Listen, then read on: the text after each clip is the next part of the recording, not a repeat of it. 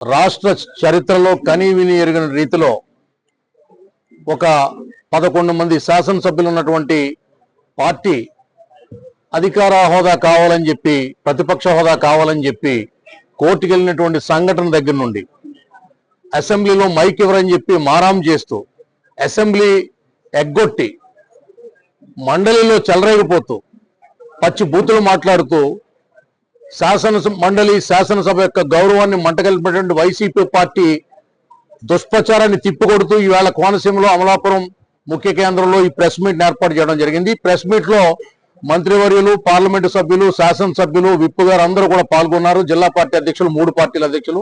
ఇది కూటమి పెట్టినటువంటి ప్రెస్ మీట్ కార్యక్రమం. ఇది ఈ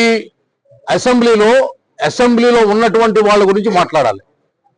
అసెంబ్లీలో లేని వాళ్ళ గురించి, ఇంట్లో ఉన్నటువంటి ఇల్లాళ్ళ గురించి, ఆడాళ్ళ గురించి మాట్లాడి ఆనాడు చంద్రబాబు నాయుడు గారి సతీమణ్ణి, అన్నగారు గారాల పట్టి భువనమ్మ గారిని ఏ విధంగా వాళ్ళు దూషించారో, లోకేష్ గారు డిఎన్ఏ గురించి ప్రశ్నించారో అప్పుడే వాళ్ళకి పతనం ప్రారంభమైంది.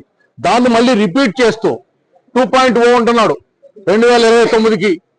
ఆ 2.0లో ఇప్పుడు ఏం తీసుకొస్తున్నాడంటే శాసన మండలిలో పచ్చి బూతులు, పచ్చి అబద్ధాలు మాట్లాడుతూ వెంకటేశ్వర స్వామి ప్రసాదం కళ్ళకు అద్దుకోవాలంటే చెప్పులు తీసి అద్దుకోవాలి.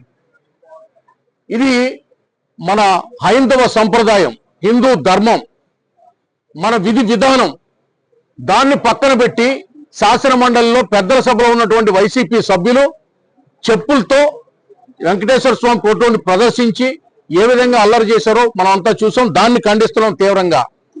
ఇప్పుడు తెలుగుదేశం పార్టీ తులసి బృందావనం లాంటిది, ఈ వైసీపీ పార్టీ మురుక్కాలలో గుర్రపడెక్క లాంటిది. ఎక్కడో చైనా నుంచి వచ్చినటువంటి అది ఏం మొక్క అండి, వయ్యారి బామ్ అనే పిచ్చి మొక్క లాంటిది వైసీపీ పార్టీ. దయచేసి ప్రజలు అర్థం చేసుకోవాలి. తులసి బృందావనం లాంటి తెలుగుదేశం పార్టీ పాలనలో ఇవాళ సంక్షేమం జరుగుతుంది, అభివృద్ధి జరుగుతుంది. జగన్మోహన్ రెడ్డి పాలన మళ్లీ వస్తే అరాచకం జరుగుతుంది. అబద్ధాలతో ప్రజల్ని నమ్మించి ఈ రాష్ట్రంలో మరొక్కసారి ప్రజల్ని వంచి గొంతు కొయ్యాలని చూస్తున్నాడు జగన్మోహన్ రెడ్డి. ప్రజలు జాగరూకులై ఉండి కూటమి ప్రభుత్వానికి మద్దతు ఇవ్వాలని మనస్ఫూర్తిగా వేడుకుంటూ సెలవు తీసుకుంటున్నా. జై తెలుగుదేశం, జై జనసేన, జై బీజేపీ.